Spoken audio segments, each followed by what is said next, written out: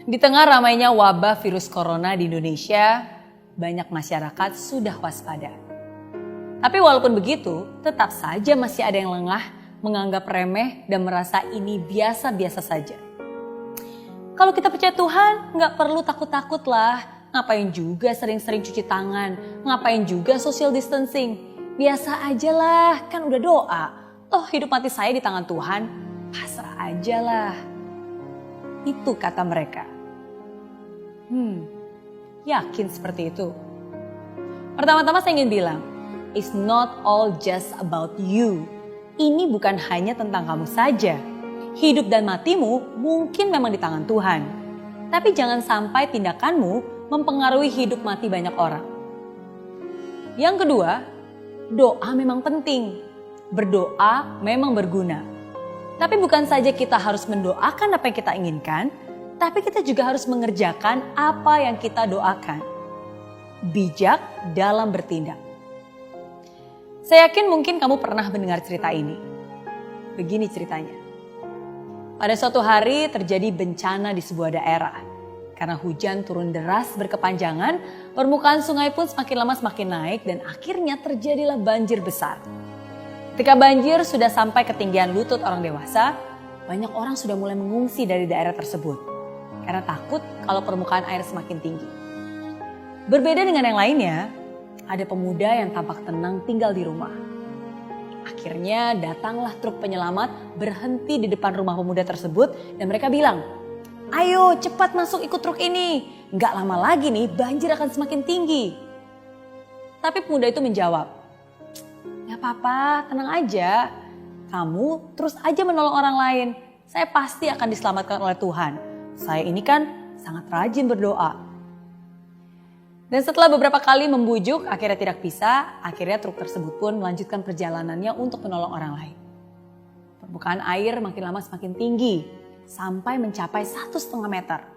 Pemuda tersebut masih di rumah, duduk di atas lemari. Lalu datanglah regu penolong dengan membawa perahu karet dan berhenti di depan rumah pemuda tersebut.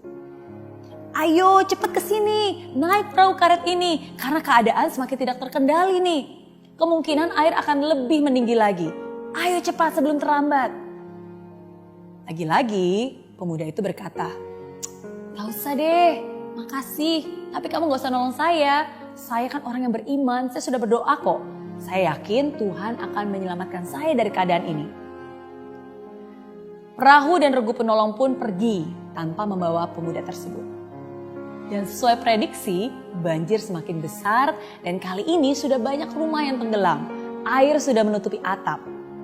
Dan pemuda itu rupanya masih aja duduk di atas atap sambil terus berdoa. Lalu datanglah sebuah helikopter dan regu penolong. Regu penolong melihat pemuda tersebut, langsung melempar tangga tali dari helikopter dari atas dan terdengar suara dari megafon. "Pak, cepet, ayo, pegang tali itu, naik ke sini sebelum terlambat." Tapi lagi-lagi pemuda itu menjawab dengan berteriak, "Gak usah khawatir, saya ini orang beriman, rajin berdoa. Tuhan pasti akan menyelamatkan saya." Begitu katanya. Dan ketinggian banjir semakin lama semakin naik dan akhirnya seluruh rumah di daerah tersebut terendam seluruhnya. Kamu mungkin bertanya, gimana ya nasib pemuda tersebut? Pemuda tersebut akhirnya mati tenggelam. Dan di alam kematian dia pun dihadapkan pada Tuhan. Nah pemuda ini langsung protes. "Tuhan, aku sudah berdoa kepadamu, selalu ingat kepadamu. Tapi kenapa aku tidak Engkau selamatkan dari banjir itu?" Tuhan pun menjawab dengan singkat, "Aku selalu mendengar doa-doamu. Untuk itulah aku mengirimkan truk, perahu karet, dan terakhir helikopter. Tapi kenapa kamu tidak peduli? Kenapa kamu acuh?" Pemuda tersebut pun menangis. Dia merasa begitu bodoh bahwa dia tidak menyadari pertolongan itu. Tapi apa daya, semua sudah terlambat. Cerita tersebut bisa menjadi relevan dengan keadaan sekarang ini. Kadang sampai saat ini nih, masih saja ada beberapa orang yang acuh dan tidak peduli dan menganggap remeh. Cuci tangan dong, atau setidaknya pakai hand sanitizer lah. Nggak perlu, kan ada Tuhan. Percaya aja lah, hidup mati di tangan Tuhan. Ketika ada teman bilang, jangan salaman dulu. Malah diledekin. Kok jadi orang takut amat sih? Kan ada Tuhan, gak usah takut. Ketika ada saudara dan himbauan yang mengatakan, jangan liburan dulu. Nggak perlu deh jalan-jalan, apalagi kumpul-kumpul orang banyak. Tapi masih ada beberapa orang yang menempis dan bilang, gitu aja kok takut. Buktinya saya keluar juga gak apa-apa kok. Justru nih sekarang mumpung semua tiket hotel murah, enaknya jalan-jalan. Mumpung masih muda, sehat pula. Gak apa-apa lah, ngapain juga takut. Kan ada Tuhan yang menjaga. Doa saya kuat kok. Kamu aja kali yang imannya kurang kuat nih. Dan akhirnya begitu dia kena virus corona, baru dia protes. Tuhan, kenapa engkau tidak melindungi aku? Kenapa engkau tidak menjawab doaku? Siapa bilang Tuhan tidak menjawab? Mungkin Tuhan sudah memberikan pertolongan lewat teman-teman yang mengingatkan, lewat informasi, lewat pengetahuan yang dibagikan. Jadi di saat-saat seperti ini, jangan jadi orang acuh dan cuek. Jadilah orang yang bijak.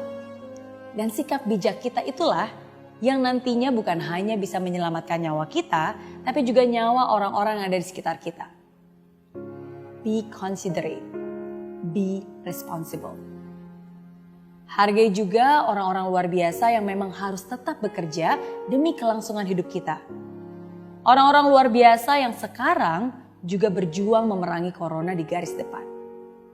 Para dokter dan tenaga medis yang bekerja pagi, siang, dan malam.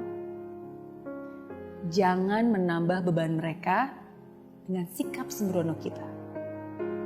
Ini bukan hanya tanggung jawab mereka saja, ini tanggung jawab kita semua. Let's hope for the best, but let's prepare for the worst. Jangan sampai sudah terkapar baru sadar. Lebih baik mencegah daripada menambah korban virus corona. Semua akan baik-baik saja kalau kita sama-sama saling menjaga.